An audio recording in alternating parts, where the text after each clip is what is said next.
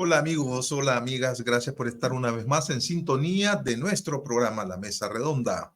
Les saluda Sergio Marín Cornavaca. Hoy es viernes 31 de mayo del año 2024, se nos fue el mes, se nos fue el quinto mes del año. Vamos a conversar con nuestro buen amigo don Roberto Sancán, mayor en retiro del Ejército de Nicaragua. Cuando él salió era Ejército Popular Sandinista todavía. Pues hizo el tránsito jurídico formal a Ejército de Nicaragua.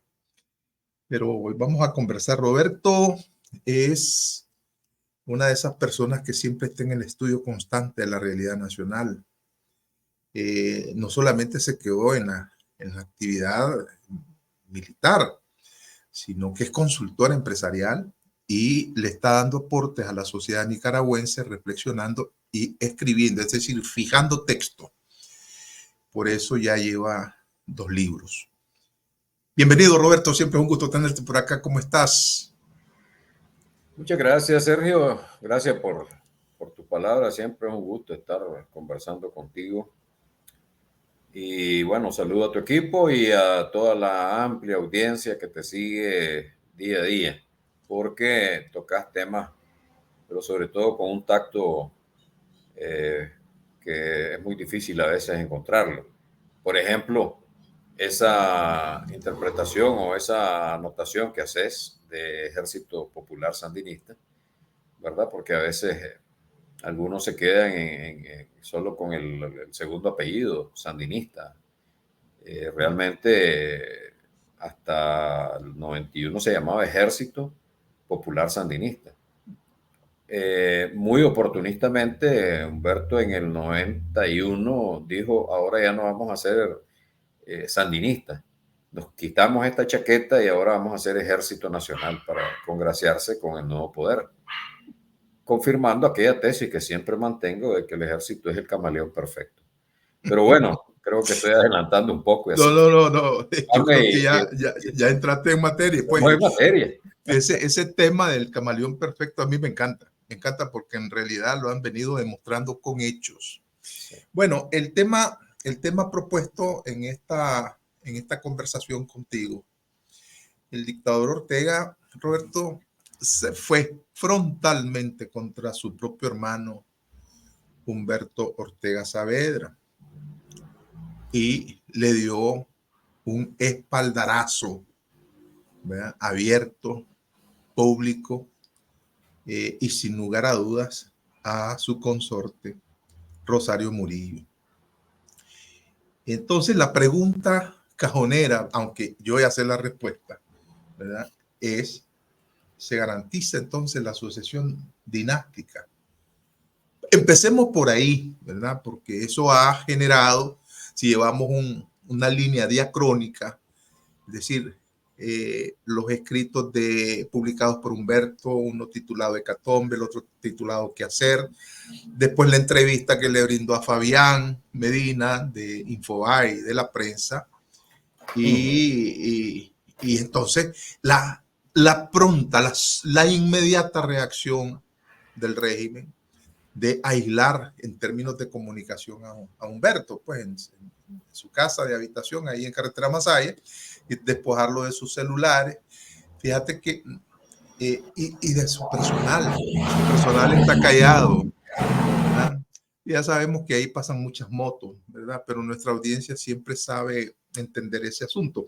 Entonces, todos estos hechos, ¿verdad?, han generado como reacción que la pareja dictatorial improvisara un acto donde estaban presentes elementos del ejército, elementos de la policía, y donde Daniel se refiriera a su hermano en la forma que lo hizo, como traidor, y que después de 32 años, ¿verdad?, dijera que había sido impropio, aunque no utilizo esa palabra la estoy utilizando yo, ¿verdad?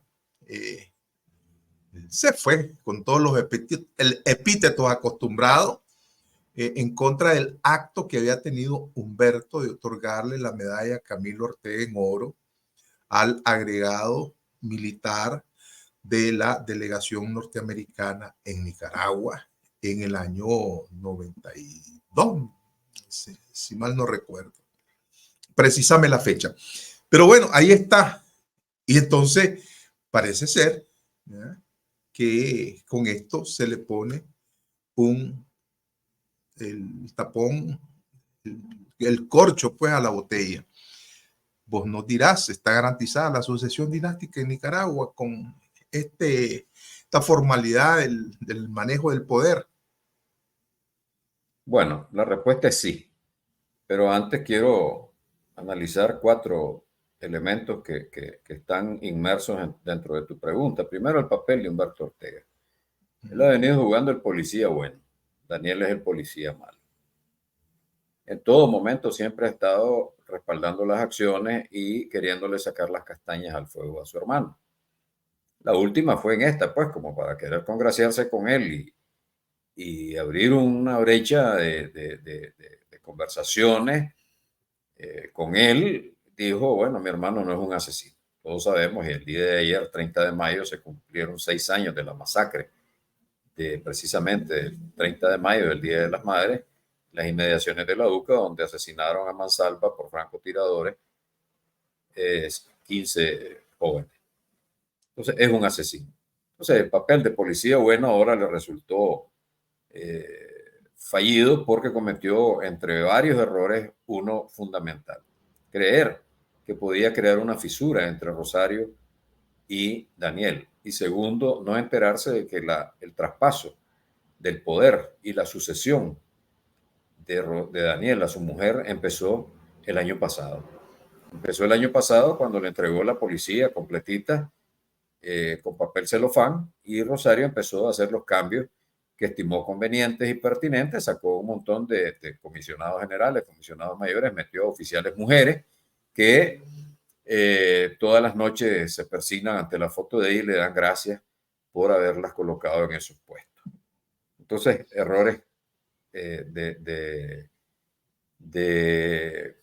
no sé si a propósito o de desconocimiento o de querer desconocer, pero ya la transición, no la transición, la sucesión de Daniel a su mujer empezó el año pasado. Después, octubre a febrero, el Poder Judicial. Y en el acto de hace 3 días, entregó el mando del ejército a su mujer. Es decir, Ortega vio la oportunidad de oro para aprovechar el acto del inicio de la ofensiva final, de la insurrección, en la cual él no estuvo, nunca estuvo en ningún frente, ¿verdad? Hay una foto de él en una finca en Liberia, pero hasta ahí nomás, es lo más cerca que estuvo del Frente Sur. Y encontró esa oportunidad dorada para 2 cosas: entrar en un arrebato arrollador en contra de su hermano, descalificarlo y presentar a su mujer como la nueva jefa del ejército. Es decir, ese es un simbolismo.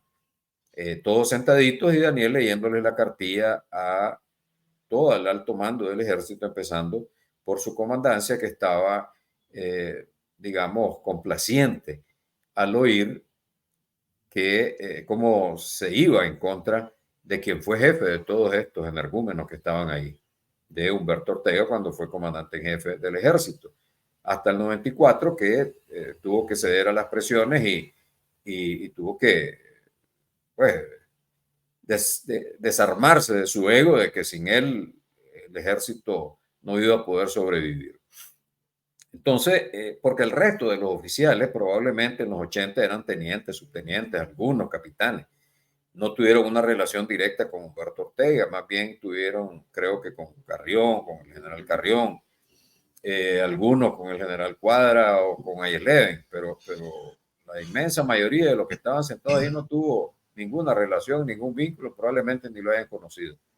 Los tres panzones que estaban en la mesa, en la tarima, ahí en la mesa presidiendo la comandancia actual, eso sí, pues tenían una relación, una vinculación directa y puedo atreverme a asegurar sin dudar, sin lugar a equivocaciones, que Julio Avilés era uno de los que estaba cuando le entregaron la medalla porque estaba en el Estado Mayor General y estaba a cargo de la Dirección de Inteligencia, tengo entendido, si no me equivoco, porque después salió a estudiar a Francia.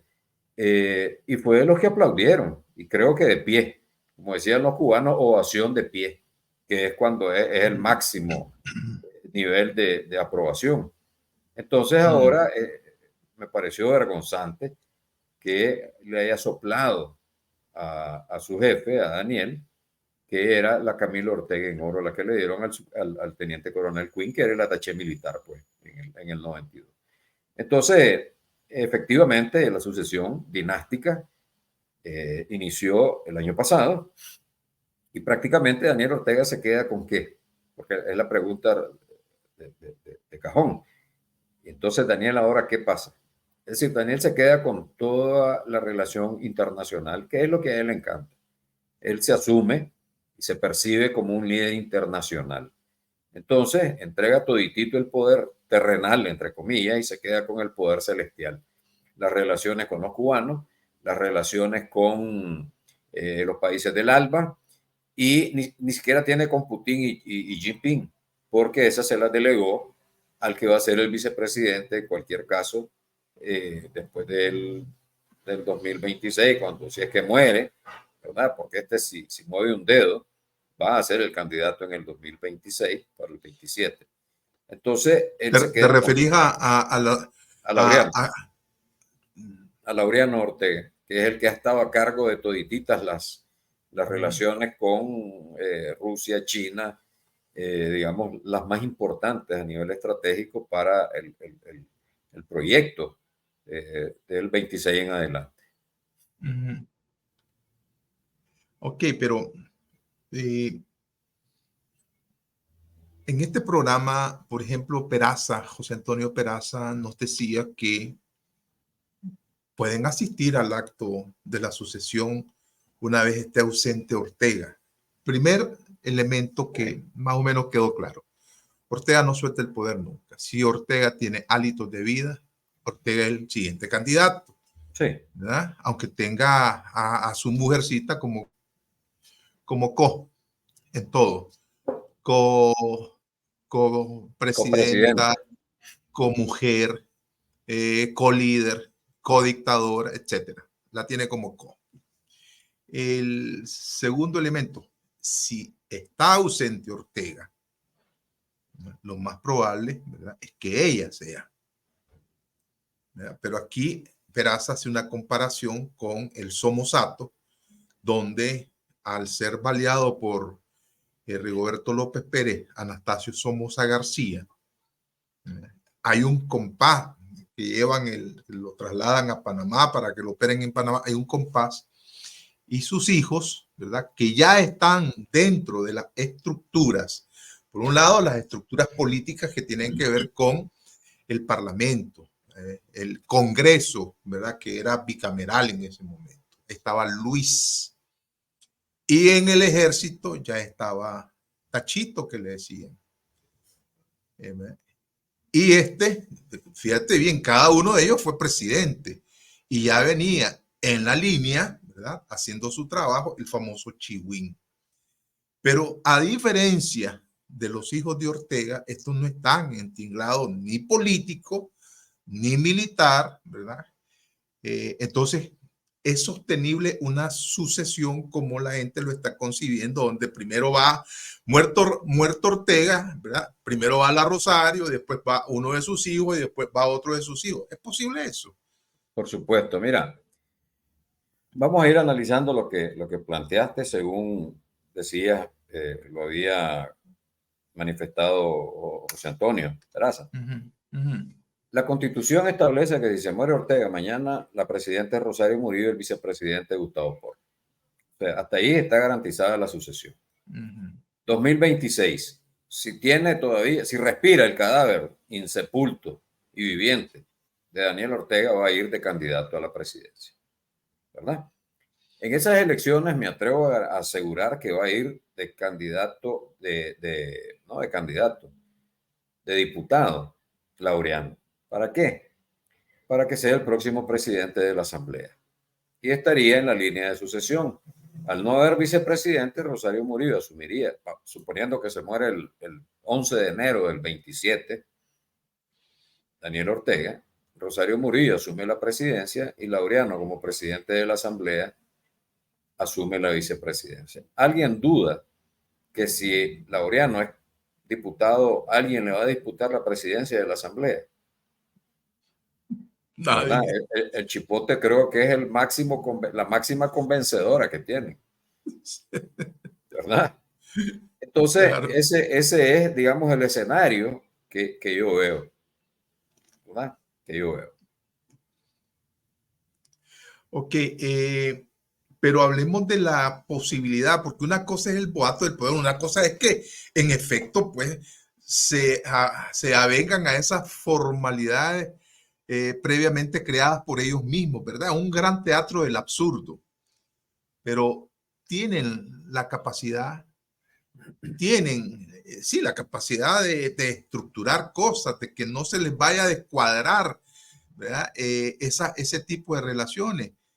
Porque una cosa es el símbolo, el hombre símbolo en que se convirtió, por ejemplo, Daniel Ortega, ¿verdad? Pero no es así con Rosario. Rosario es hacha y machete, también lo dijo Peraza. Entonces, va a tener la capacidad de componer las cosas, cuáles serían las reacciones de un sandinismo amplio que está ahí está, no están en el chipote, ¿dónde están? ¿Verdad? Ahí están. Explícanos eso. Mira, hay que entender algo, Sergio. Nicaragua vive una política de terrorismo de Estado. El sandinismo amplio que decís vos que está adentro, pues que es el sandinismo, el de la vieja guardia del sandinismo. Primero, el FSLN dejó de existir. Eso ya no existe. Lo que hay es una secta que no se sabe ni qué es. Secta en la cual la juventud sandinista es la que tiene la mayor preeminencia. El sandinismo histórico, la vieja guardia del sandinismo va a levantar la voz cuando está Rosario. Cuidado y los mete preso a todos los que quedaron ahí adentro. Cuidado. Es decir, una de las figuras más importantes de esa vieja guardia era Carlos Griffith. Y desapareció del mapa porque Rosario empezó a cobrar cuentas. Una vez que tuvo el poder, sin ni siquiera tener el del ejército todavía, empezó a facturar a todos los que despotricaron en algún momento de su vida en contra de ella. Esa es una mujer sumamente vengativa. ¿Va a pasar algo? No creo. No creo. Es decir, ¿qué es lo que puede ocasionar un cisma rápido? Un levantamiento militar. Es una posibilidad, es una alternativa, una posibilidad sin análisis de ocurrencia. Sin análisis de ocurrencia. ¿Por qué? ¿Qué puede pasar para que el ejército se levante? Que le corten todos los accesos a la plata que tienen. Que agarre y privatice el IPSM. ¿Se va a meter a ese enredo Rosario Murillo? Ni loca. Es decir, lo más probable es que, como lo manifestaba ayer y en varias ocasiones, Rosario ya tenga seleccionado su nueva comandancia. Y vamos a suponer el escenario de que que Daniel todavía pues respira, el cadáver respira y va nuevamente de candidato en el 26. Yo creo que no resiste esta comandancia un periodo más. Rosario va a poner desde ya, estando en vida Daniel, en vida entre comillas, ¿verdad? Va a poner a su comandancia elegida. Yo no creo, sinceramente, que a estas alturas del campeonato Rosario ya no haya platicado con los tres que le vienen a suceder a esta comandancia. A Avilés, a Gallardo Rodríguez y al otro, al inspector general. ¿Verdad? Es decir, todo eso está aunque es especulación, obviamente, porque mientras no sucedan los hechos es especulación, con el análisis que uno puede hacer, y que es un análisis compartido con otros analistas que vienen del sandinismo y que conocen las entrañas del monstruo, hemos llegado a esa conclusión. Entonces, no va a pasar absolutamente nada mientras se mantenga el respeto al status quo del ejército. Me garantizas la plata y no hay ningún problema. Es decir, la vieja lógica de Anastasio Somoza García. La fuente del poder son las cañas huecas y a las cañas huecas hay que mantenerlas aceitaditas. Punto. Ahí no hay donde enredarse. Si ella comete un error que sería estratégico, fatal para sus intereses, irse en contra del ejército y decirle, bueno, ahora tu plata es mía, y ahí sí es posible. Y la otra es que hay una presión muy fuerte de los Estados Unidos, que al día de hoy no la estoy viendo, y diga, bueno, la permanencia de ustedes depende de la actitud en contra de Rosario Murillo, asumiendo pues que ya Rosario es la presidenta. Ahí hay mucha caña que moler, ¿verdad? Porque hasta el día de hoy han habido informaciones de narcotráfico, han habido informaciones de permisibilidad con la migración, ha habido cualquier tipo de cosas. Y ahí están. Todos los presidentes, los jefes de ejército de Centroamérica se reúnen con Julio Avilés, etcétera. No pasa nada, no ha pasado nada. Ok, sobre eso quiero regresar un poco más adelante, pero quiero hablar sobre, recientemente Confidencial hizo un recuento de las relaciones que se han visto crispadas, ¿verdad?, entre Rosario Murillo directamente y algunos militares, que no podemos decir que sea el ejército. Lo hizo con Omar Jales Leven, por ejemplo, donde Daniel Ortega, en retiro, donde lo nombró, ¿verdad?, para hacerse cargo de una comisión de energía atómica por el contexto de la relación con los rusos. Y de repente, ¿verdad?, se supo, ¿verdad?, que había sido defenestrado de los cargos que le había otorgado Daniel Ortega. No se sabe absolutamente nada. Después tenemos el caso, ¿verdad?, con que como fue manejado la presencia de un general como Hugo Torres en la cárcel, que por, por maldad, por displicencia, por voluntad política de Rosario Murillo, sencillamente lo dejaron morir en la cárcel. Llevamos dos casos y hay una serie de generales, incluyendo a sus familias, que cuando quieren viajar, sencillamente les retienen sus pasaportes, se los quitan.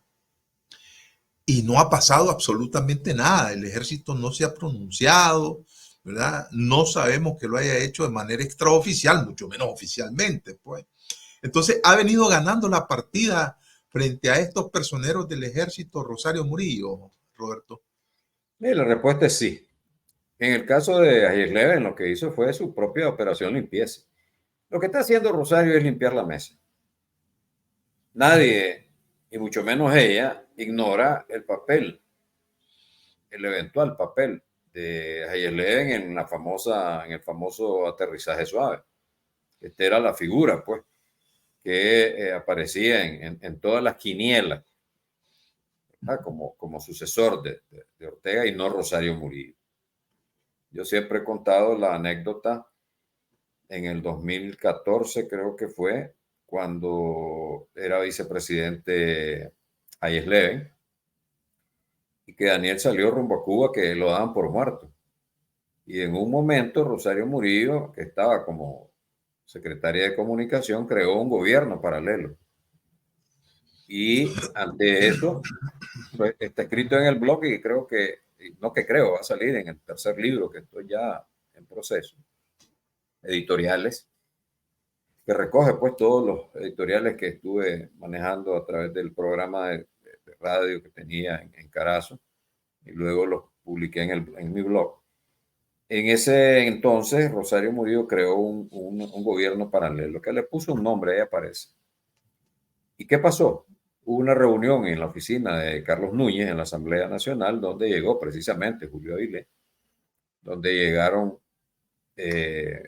un par de comandantes guerrilleros y llegó Ayerle en calidad de vicepresidente. Y todos le dijeron al unísono, aquí no va a haber ningún movimiento raro, la sucesión está garantizada y usted es el que sigue. Y todos cuadrados, Julio Avilés incluido. Estaban varios ahí, un par de comandantes de la revolución. Al menos uno estaba, porque me dijeron. Entonces, lo que está haciendo Rosario es limpiando. El caso de los generales es la venganza de Daniel Ortega sobre los que aparecieron en la famosa foto de abril y los que detectó la inteligencia, porque de 100 que andaban en las marchas, por lo menos 5 eran sapos, tomando fotos. Yo conocía a uno ahí que andaba, pero era afanoso, que supuestamente ex militar, y entonces se te acercaba y había otro, te abrazaba, tómame la foto. Ya, se tomó me agarró pues desprevenido y bueno, total, no me importaba. Entonces ahí había un saperío e identificaron a la gente que anduvo. Entonces, pero hay unos que cometieron una torpeza de fotografiarse públicamente porque a lo mejor pensaban que de esta ya no volvía Daniel. Estoy hablando de los que ya conoces, pues, Joaquín Cuadra, creo que estaba Carrión, estaba Salvatierra, estaba Delgadillo. De los 4, uno fue el que agarró sus valías y se fue rápido, que fue Delgadillo, salió para Estados Unidos. Los otros quedaron ahí y tuvieron problemas. A los 3 los devolvieron, bueno, al menos a Salvatierra lo devolvieron del aeropuerto y le quitaron el pasaporte. Los otros 2 no pueden salir, pero ambos están, digamos, uno está en la industria energética, el otro en la industria agroexportadora, pero están fichados, pues, digamos. Una hija de Carrión, creo que fue que la tuvieron en el chipote y él logró sacarla, ¿verdad? O sea, todavía hay un vaso comunicante posiblemente de respeto directo con Daniel, no con Rosario. Rosario no tiene vaso comunicante más que con el séquito que ella ha creado, ha formado y ha alimentado. Luego el caso de Osvaldo Lacayo, cuñado de Joaquín Cuadra, a un hijo lo metieron preso por lavado de dinero, supuestamente, ya salió. O sea, hubo algún gesto o alguna influencia de alguien por ahí y salió. Entonces, pero es con Daniel, no es con Rosario. Yo creo que eso se termina. Eso se termina y ahora todo el mundo a andar chitón pitillo. ¿Por qué? Porque ese es el estilo de Rosario, el estilo de aterrorizar. Es el estilo de Stalin. No quiero que me quieran, quiero que me teman. Ese es la máxima. ¿Ya? Y creo que eso viene para peor. Viene para peor y bueno, puede ser que en algún momento todos los que van a ser pisoteados, las instituciones, como el Poder Judicial que fue pisoteado, a lo mejor se aventure a pisotear el ejército y no la aguante. Pues. Esperemos que así sea, ¿verdad? Aunque nunca voy a estar de acuerdo en una solución que venga de la mano del ejército, porque no puedes entregarle el poder de dirimir la democracia a quienes armaron, entrenaron y asesoraron o dirigieron durante la operación limpieza y que han masacrado campesinos desde el 90. Vamos a lo que había advertido en su entrevista y en sus escritos Humberto Ortega. Un hecho singular, después de analizar lo convulso del mundo, después de analizar que las potencias se están moviendo en favor de sus propios intereses, él ve a Nicaragua en ese análisis macro y micro que hace Humberto y dice, si aquí no hay, ¿verdad?, una posición de diálogo que tiene que partir de la voluntad política expresa de la presidencia del gobierno, aquí se puede obligar a una operación quirúrgica por parte de los norteamericanos. Yo sé, y yo sé que vos también lo sabés, que Humberto se encargó de comunicar, ¿verdad?, que en efecto Ortega, Daniel Ortega, su hermano, entendía perfectamente esa situación. Lo asintió, ¿verdad?, estuvo enterado de la situación. No fue explícito, fue de manera implícita. ¿Vos crees que sea factible en las condiciones antes descritas que los norteamericanos, ¿verdad?, reaccionen porque tienen los instrumentos jurídicos que son habilitantes en el contexto del ámbito jurídico norteamericano? ¿Crees vos que esa operación quirúrgica es realizable en Nicaragua por parte de los Estados Unidos?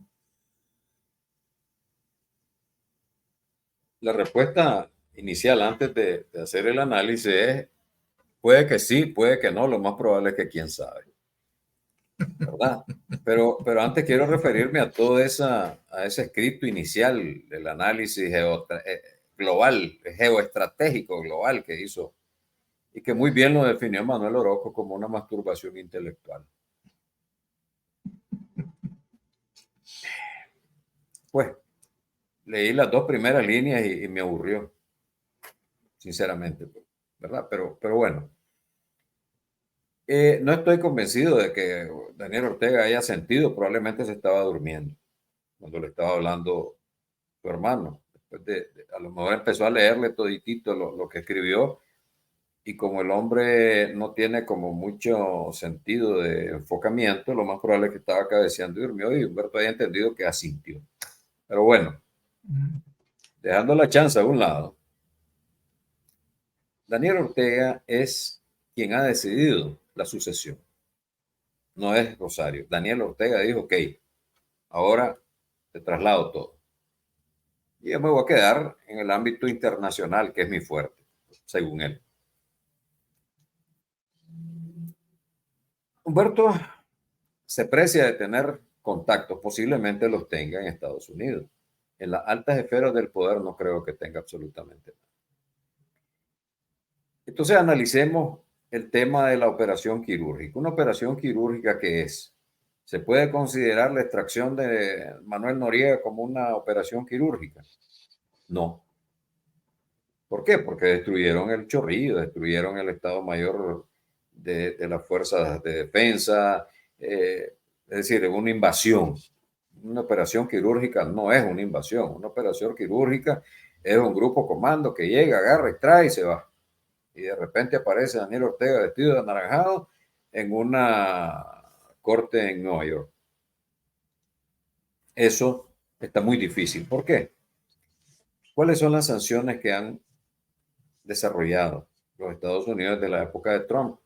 Bueno, las más fuertes han sido la Magnitsky, que metieron a varios en la Magnitsky, incluida Rosario Murillo, la Orden Ejecutiva 13851, la NICA Act, pero, pregunto, ¿han aplicado la ley Renacer en su justa dimensión? La Orden Ejecutiva 14088, que establece ampliación de las facultades de la ley Renacer, donde te dice está habilitado el gobierno para sancionar industrias, para sancionar áreas de la economía de Nicaragua. Por ejemplo, y lo vimos como que lo pusimos como ejemplo el miércoles en el evento en Fundación Aria, el caso del oro de sangre, ¿verdad? Lavado de oro de Venezuela, había un enredo ahí con México que también parecía que estaba metido en esa operación, etcétera. Y el 95% del oro del 2023 lo compró Estados Unidos. Entonces, bailame ese trompo en la uña. ¿Cómo es posible que tengas una industria sancionada con sanciones pues de la orden ejecutiva, los FAC, etcétera, etcétera, y le compras todo el oro. Entonces, si estás haciendo eso, operación quirúrgica creo que está muy largo todavía. Tenés el caso de Venezuela. Venezuela era el proscrito número 1. Donald Trump puso $15 millones el precio de la cabeza de Maduro y creo que le hizo una rebajita a Diosdado Cabello. Se la puso en 10, creo. Ahí están todo el mundo yendo a Estados Unidos a pedir permiso para hacer negocios y Estados Unidos extiende la certificación de que puede hacer negocios bajo la promesa de que van a haber elecciones medianamente libres. María Corina Machado se postuló y Maduro dijo no. Ok, hubo el pleito normal y entonces vamos a hacer valer el acuerdo de Barbados y entonces vamos a presionar y vamos el 8 de marzo vamos a volver a abril, 8 de abril, nuevamente las sanciones.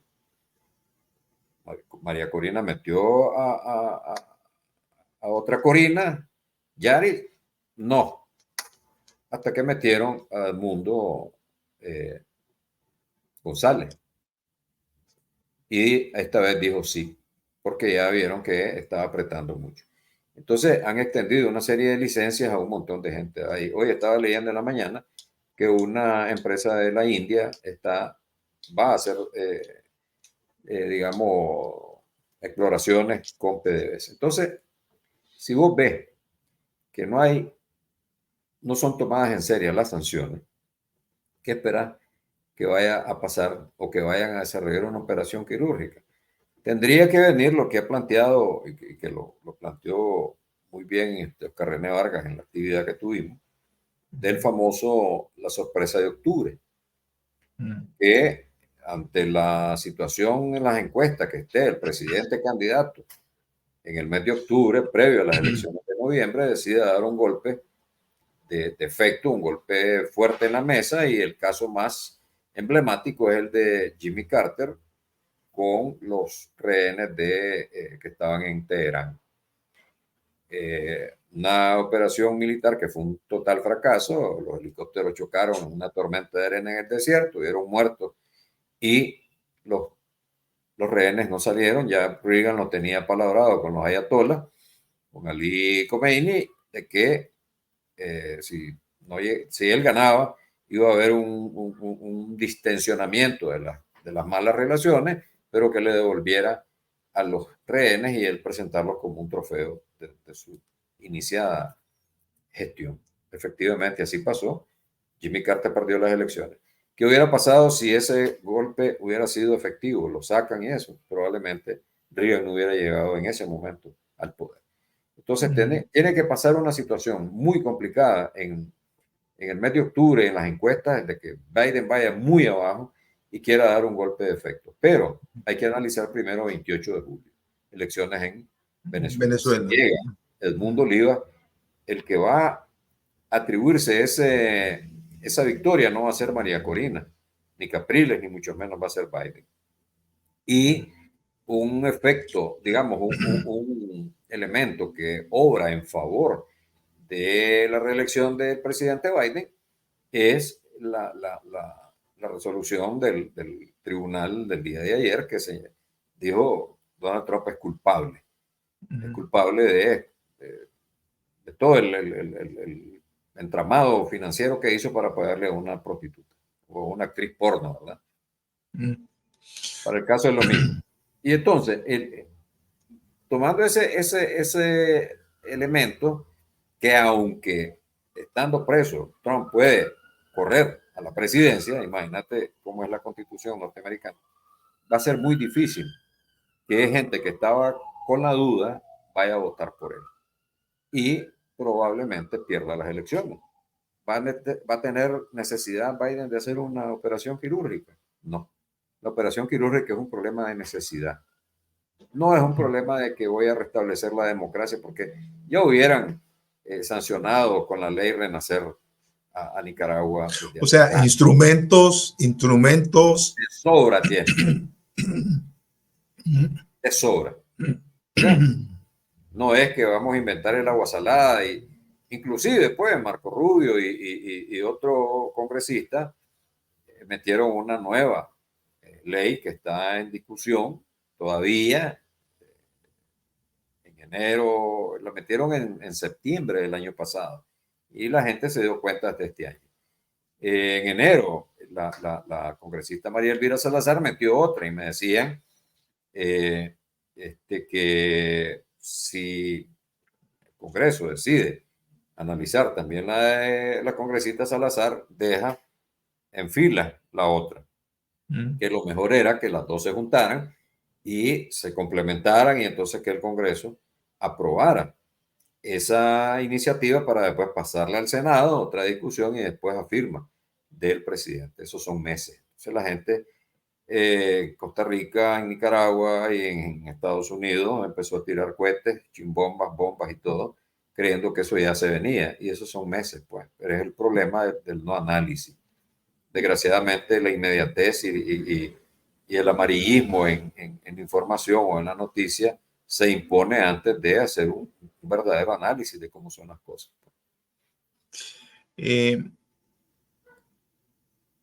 ¿Has escuchado, verdad? Esto lo usan mucho los administradores. ¿Has escuchado el ejemplo que ponen sobre el vaso con agua a la mitad? Sí. Entonces, el vaso medio lleno, el vaso medio vacío, ¿verdad? Depende de la percepción, ¿verdad? Y de la experiencia que cada quien tenga con eso. Pues uno dice, bueno, la puchica, ya está, ahí ya casi no hay agua. Pues y otros dicen, no, si está hasta la mitad y tenemos la mitad de agua. Falta llenarlo. Y entonces, en estos temas, ¿verdad? Que son bastante difíciles, sí. Unos dicen, no, la dictadura está bastante desquebrajada, pues, porque tiene un contexto internacional de aislamiento, basa toda su actuación en represión, los índices económicos que viene mostrando no son los más interesantes, ¿verdad? Es cierto que la macroeconomía va bien, ok, ahí hay unos que dicen, ¿verdad? Valiéndome del ejemplo del vaso, que la dictadura está débil y otros dicen, espérate un momentito, yo no es esa la percepción que tengo, no es ese el análisis que hago. Y dice, la dictadura ha venido trabajando, ¿verdad? Aprovechando correctamente el tiempo, ¿verdad? Desvelándose, poniendo todo haciendo todo lo posible para que ellos, ¿verdad? Consoliden su poder y estén fortalecidos. ¿Qué lectura haces vos de cómo se encuentra la dictadura debilitada, fortalecida en sus esquemas? ¿Cómo la ves vos? Ok. Ahí creo que estoy de acuerdo con esa forma, pues, de análisis. Está medio lleno, está medio vacío. La verdad es que quiero antes hacer el paréntesis de que mucha gente quiere que uno hable y diga lo que ellos quieren escuchar. Y entonces, cuando te salís de ese esquema, dice, no, es que como es sandinista, está defendiendo a los sandinistas en el poder. Y como este fue guardia, entonces ahora sí quiere salvar al ejército. Y él empieza la descalificación dentro de la burbuja de la ignorancia, porque básicamente eso es. Entonces, lo que hay que analizar es lo siguiente. A nivel interno, el régimen está fuerte. El vaso está medio lleno. A nivel externo, está débil, el vaso está medio vacío. A nivel interno, ¿por qué está lleno? Primero, porque a nivel interno, dentro de la frontera nicaragüense. Primero, la consolidación del sistema dictatorial dinástico y es un hecho. Es un proceso que está, no en proceso, igual que la redundancia de consolidación, eso está consolidado. Ya el acto del martes, eso fue el tapón al pomo. Y entrego el ejército, todos ustedes uniformados, ya saben quién es la jefa. Fue la única que habló en contra de la entrega de la medalla donde Julio Avilés estaba aplaudiendo de pie. A lo interno, Ortega, Murillo, el régimen, la dictadura minimizó, neutralizó o dejó sin sustento los principales 5 factores que hicieron posible abrir. Universidades, todas cerradas, cooptadas, con miedo, los estudiantes en el exilio, los otros calladitos. ONG, no existen, confiscadas, ya lo sabemos. Iglesia católica, perseguida, silenciada y al día de hoy, como lo mencionamos en aquella ocasión, muchos sacerdotes, curas, andan peleándose la túnica de Jesús, andan peleándose las parroquias donde hay más billullos, como decía un amigo mío de Jinotep, ¿verdad? Empresario, el gran capital, fuera del país, a buen recaudo, otros en alianza con Ortega para que no lo confisquen, los medianos calladitos, temiendo siempre que llegue el de ingresos con una hojita ahí que dice reparo fiscal, ¿verdad? Entonces todo el mundo calladito que se ve más bonito. Y la población en las ciudades que está atemorizada, acosada, silenciada y saliendo a raudales al exilio. Entonces, esos 5 factores. Tiene el control absoluto de todas las instituciones del Estado y del gobierno. Control total del poder real, el ejército. Una política de terrorismo de Estado que tiene la bota en el pescuezo a todo el mundo. Entonces, en esas condiciones, decir que el régimen está débil es no tener un análisis real y hablar en dependencia de lo que quiere escuchar el auditorio. Esa es una realidad, esos son datos, esos son hechos. Es hecho y es información. A nivel internacional la cosa cambia. Hay una debilidad extrema y una dependencia casi total del régimen hacia Estados Unidos. Tener el 60 y pico % del comercio con los Estados Unidos casi que te convierte en un rehén. Y es un instrumento que los Estados Unidos no lo han querido aplicar por voluntad política, porque hay mucha gente haciendo lobby en contra de eso, y otros pues porque no les interesa Nicaragua. No hay nada que sacar de Nicaragua. En Venezuela hay petróleo. En Nicaragua, es decir, ¿qué vas a hacer ahí? Más que evitar que se convierta en una plataforma geopolítica de los chinos o de los rusos. Entonces, cuando tenés esa situación, cuando con una llamada, como bien lo explicaba uno de los que estuvo presente en el evento, con una llamada desaparece el SWIFT para los bancos nacionales, para la banca, para el sistema financiero nicaragüense, eso te da un nivel de precariedad absoluta, total. Cuando, qué sé yo, pones un portaaviones en un lado en el océano y otro en el otro y hasta ahí llegó, pasa su resto. O si se deciden hacer un aislamiento diplomático internacional, también. Es decir, hay una precariedad total y absoluta. Y cuando con el ejército no sabes, pues porque es una moneda al aire y depende de sus intereses económicos. Quien se lo garantice, por ahí van a ir, porque de nuevo es el camaleón perfecto. Entonces, a lo interno fuerte, a lo externo débil. ¿Cómo hacer para aprovechar la fortaleza del exterior y minimizar la debilidad a lo interior? Eso se llama estrategia y es lo que nuestra querida oposición no ha podido desarrollar por X, Y, Z y el resto del abecedario razones. Hablemos de eso, exactamente, estaba en la lista de las preguntas. No, ya te agité. Frente a este panorama, ¿verdad? Donde en Nicaragua, de verdad, pues, hasta las moscas, ¿verdad? Tienen que pedirle permiso a la inteligencia policial, ¿verdad? A decir dónde va a ir, etc. Como ves a la oposición, Ya le dijiste como, mosca a Humberto. no, yo he dicho no, digo, hasta, imagínate un ser tan insignificante como una mosca, ¿verdad? Se mueve, ¿verdad? Gracias, ¿verdad? Eh, a doña Rosario, ¿verdad? Es la señora, ¿verdad? De hacha y machete. Eh, ¿Qué alternativa de lucha se tienen según tu análisis, ¿verdad? Obviamente, en medio de esta situación, la oposición siempre le está debiendo al pueblo de Nicaragua una estrategia, un trabajo conjunto, una interlocución válida con agentes extranjeros, me refiero a la Unión Europea, es decir, un cabildeo bastante abierto. Eh, ¿Cómo ves esto pues, de la oposición? Mira, yo creo que básicamente es lo que te mencioné en la última parte. ¿Cómo explotar la fortaleza de lo que está afuera y que puede traducirse en 4 cosas, creo yo? Presión política.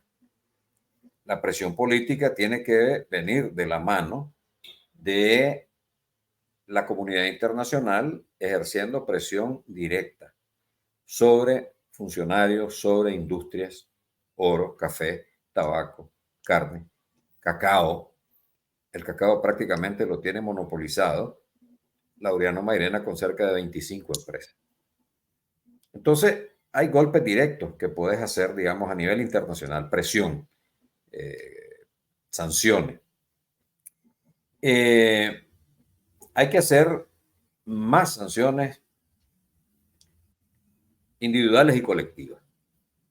Cuando hablamos de individuales, estamos hablando de aplicar más que la INA, la ley INA, que es la de migración, donde le quitas la visa a quienes ni siquiera tienen pasaporte, es aplicar la orden ejecutiva 13851, donde mete el colmillo la OFAC, donde sancionas no solo al perpetrador, sino sancionas también a su familiar, al corrupto, al que violó derechos humanos, al que está robando en el Estado y tenés pruebas y hay procesos de demostración de todo esto. Entonces, la OFAC mete el colmillo, dice, están sancionados la familia y nadie puede hacer negocio con no puede tener cuentas en el banco, no puede tener ni siquiera tarjeta de crédito porque hay corresponsalía con bancos de Estados Unidos y son los que dan la boteada. Entonces, tenés eso. La presión política también tiene que ver con lo que últimamente ya empezó a despertar Estados Unidos de ver a Nicaragua realmente como una amenaza a la seguridad nacional. ¿Por qué? El efecto de la migración masiva que ha llegado en los últimos 2 años a Estados Unidos ha salido de Nicaragua. Nacionales, cubanos, venezolanos, iraníes, indios, africanos, sudamericanos. Ha sido la plataforma. Libre visado con Cuba e Irán. ¿Quién te dice que no se han colado gente de Hamas, gente de Hezbollah? Ya el año antepasado agarraron en Honduras unos tipos yemenitas, iraníes que habían pasado por Nicaragua, que iban a colarse en una de las caravanas. Ok, presión política. Presión económica. Presión económica, digamos, las exportaciones nacionales es el punto, el talón de Aquiles de Ortega, 60%. Entonces, decís vos, ok, sanciono las empresas que están explotando el oro, Calibre Mining, qué sé yo, la otra, pero nadie me compra oro en Estados Unidos. Y voy a hablar con mis socios para que nadie compre oro. Entonces, ahogás $1.000 millones. Ahogás $1.000 millones. Que no todo, digamos, lo que queda en Nicaragua es mínimo, salario, esto y lo otro. Todo eso se lo lleva. Porque es una industria extractivista que traslada todos los ingresos fuera del país. Hay que bloquear en serio el financiamiento al régimen en las instituciones financieras internacionales.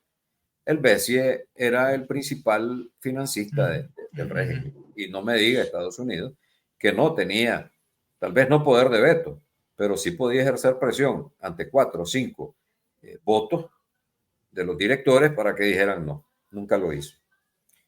Creo que, y eso incluso lo dije hace como 2 o 3 años, los Estados Unidos debe organizar con el Departamento del Tesoro y otros países una fuerza de tarea para investigar, perseguir y congelar todos los bienes mal habidos, cuentas que están en el exterior.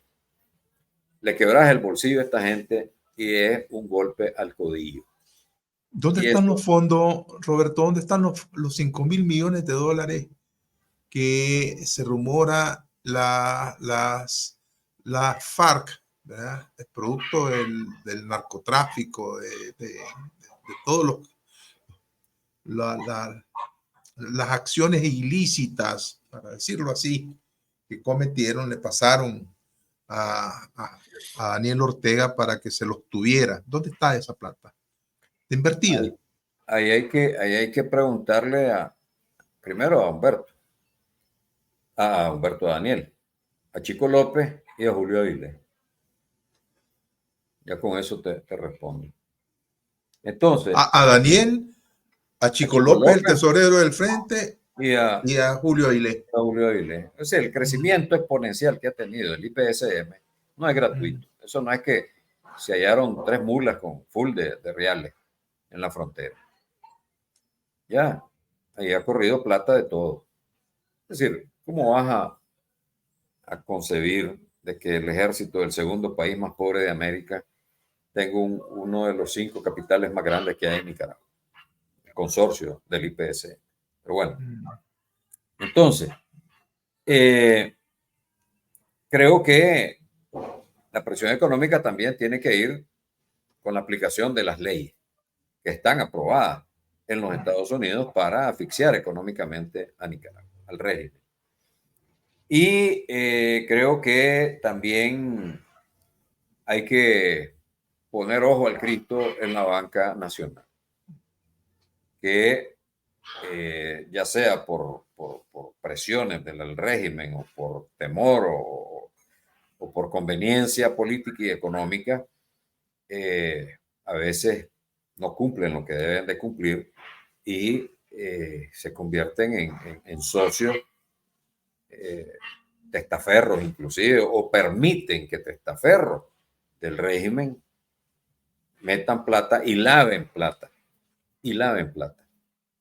Y lo han hecho en el pasado, antes de todo esto, antes del 2018. Han lavado plata en Panamá, creando cuentas. Parte del sector financiero. Luego, tenés que presionar al ejército desde fuera.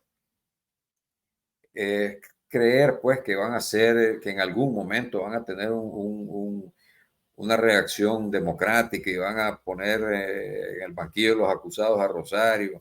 Es decir, eso es estar esperando mucho. El ejército tiene encima a la inteligencia cubana, que es la que lo está controlando el día a día. Entonces, ¿qué puedes hacer con el ejército?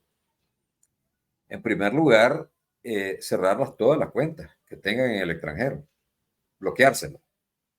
Mucho se habla de la plata que tienen en la bolsa de valores, yo creo que eso ya lo sacaron, pero tienen cuentas en varios lugares, ¿verdad? Tienen cuenta en varios lugares. Segundo, creo que hay que sancionar a todas aquellas empresas que hacen negocio con el IPS. Todos los que se prestan como testaferros y que dicen que son los inversionistas. No hay tal. Es decir, inversionistas del 1% de las acciones, el 99% son del ejército del IPS. Y de toda esa plata turbia que ha corrido por debajo. Tercero, solo déjame terminar, sancionar de manera directa a las empresas del IPSM. Sancionarlas de manera directa, porque ese es el flujo de dinero que hace posible todos los beneficios de la alta oficialidad del ejército, que mantienen ese nivel de subordinación con el régimen y ese acompañamiento de la dictadura, de ser el soporte de la dictadura. Entonces ahí es donde tenés que quebrar, ¿verdad? Romper esa situación. Y después sancionar de manera visible a los altos mandos del ejército que están involucrados en violaciones a los derechos humanos, en violaciones o en digamos, robo al erario público o al erario, o manejo de bienes mal habidos, el hecho de que haya una cantidad de empresas con dinero que no se sabe ni de dónde viene, pero hay que, la sanción, como te digo, no puede ser, te quité la visa y nadie se dio cuenta, quién se la quitaste, solo te dijeron hay 250 desvisados. No, orden ejecutiva 13851 que dice con nombre y apellido fulano, perencejo, sutanejo. O aplicación de la Magnitsky, la ley Magnitsky a fulano, sutano, perencejo, por esto, esto y esto y esto. Entonces ahí tener, digamos, una presión real y efectiva. Y luego la presión jurídica. La presión jurídica tiene que ver con la persecución en tribunales internacionales, en cortes, a todos aquellos que violaron derechos humanos, empezando por Daniel Ortega, por Rosario Murillo, por gente del ejército, por funcionarios que estén o ya no estén, pero que no pueden evadir la responsabilidad que tuvieron en abril. Y entonces, digamos, promover en distintos lugares y utilizando todos los mecanismos posibles que puedan existir para llevar a los tribunales a esta gente y decirles que los países que se involucren digan no están solos. Caso de Argentina, por ejemplo, donde están llevando una serie de acusaciones, juicios, hay que ir a la Corte Penal, no sé si hay que ir al Tribunal Internacional de Justicia. Es decir, ya los especialistas en eso son los que tendrán que definir dónde, cómo y en qué lugar. ¿Verdad? Entonces, ahí tenés cómo aprovechar el factor internacional. Para aprovechar, minimizar toda aquella desventaja en el factor interno a nivel nacional, ahí hay varias cosas que tenés que hacer y que tienen que ver con unidad, con fortalecimiento del liderazgo, con creación de una estrategia, con un programa mínimo de gobierno que enamore a la población, con ese trabajo de divulgación para poder contrarrestar el trabajo de los enemigos de la oposición, que incluso están dentro de la misma oposición disfrazada, ¿verdad? Todos los troles. Organización a lo interno del país. Enfocar el lobby político en lugar de priorizar que van siguiendo a alguien. Ese es el problema de vivir en California. El enfocar el lobby político, espero que no vengan a buscarme a mí, priorizar el lobby político antes que el turismo político. ¿Verdad? Hay acciones que un buen lobby dirigido, por ejemplo, a los congresistas, ahorita que están en elecciones, hay que comprometerlos a aplicar estas leyes que están aprobadas. No es que van a inventar el agua salada. Entonces, el lobby político tiene que verse fortalecido en la OEA, en la ONU, en cualquier organismo multilateral, internacional, que pueda tener incidencia sobre el régimen, para debilitarlo, para golpearlo. Luego, creo que también las diásporas tienen su parte y debe haber una unidad en la acción, aunque sea de las diásporas, que permitan, digamos, enfocar su trabajo hacia Nicaragua, hacia el exilio y hacia el lobby, porque son los que están más cercanos por el tiempo que tienen hacia los congresistas, hacia los senadores. Si bien es cierto, pues han cometido el error de meterse 110% en la política interna norteamericana y han sido excluyentes. Si sos demócrata, yo no te hablo porque vos sos republicano. Es decir, lo que tenemos que pensar es en el trabajo de la diáspora en función de Nicaragua y cómo puedo aprovechar mi relación, por ejemplo, con Marco Rubio, con la María Elvira Salazar, con el otro, con la otra, para llevar agua al molino de Nicaragua, que es lo que nos interesa, que se llene y que se rebalse, pues. Y luego, creo que es importante organizar el exilio. Organizar el exilio, que es la parte más difícil, ¿verdad? Porque, digamos, el exilio, una parte muy numerosa está más enfocada en la sobrevivencia económica. otra parte no hay una educación política, y lo que esto permite que todo el mundo piche su juego y todo el mundo empiece a oír cantos de sirena con el que mejor le cae. Es que a mí me cae bien Félix, no, a mí me cae bien Juan Sebastián, no, a mí me cae bien Medardo, a mí me cae bien la otra, el otro, la Kitty, y todos son enemigos de todos. Entonces, ¿cómo hacer para evitar esa masacre, esa matanza que se da a lo interno de los grupos, porque ni siquiera llegan a organizaciones dentro del exilio? ¿Verdad? Porque todo eso tiene una repercusión a lo interno. ¿Por qué? Porque el exilio tiene un vaso comunicante con la familia que está dentro del país, ¿verdad? Con la familia dentro del país. Entonces, de repente oí unas propuestas que son jaladas de los pelos. Vamos a proponer que no envíen remesa este mes.